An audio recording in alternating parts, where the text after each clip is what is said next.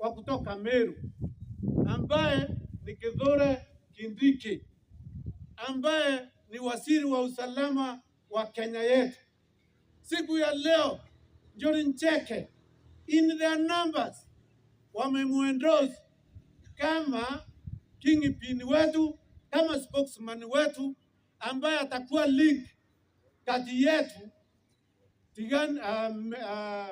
Mount Kenya East, atakuwa link yetu kwa president, ndio tutakuwa tunatuma, ndio tutakuwa tunatumia, na tunamuomba waongee na rais ndio atuletee maendeleo kama sehemu zile zingine za Kenya yetu.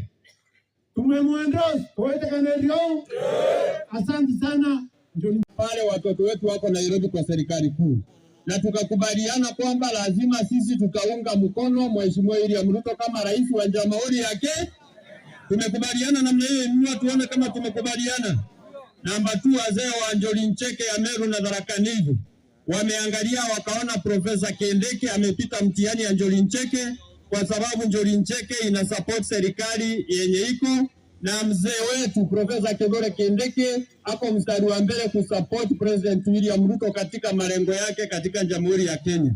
Na ndio maana tumemchagua na tumemteua leo kwamba yeye ndiye atakuwa nyota yetu, ndiye atakuwa link ya region hii yote, link ya region ya Mount Kenya East na Mount Kenya West, na Kenya mzima mahali anatembea kufanya kazi atuwakilishe vizuri, tukiendelea na serikali ya Mheshimiwa William Ruto. Tumesema hivi, Meru na Tharaka Nithi ni kitu kimoja. Sisi ni 2 counties, 1 people.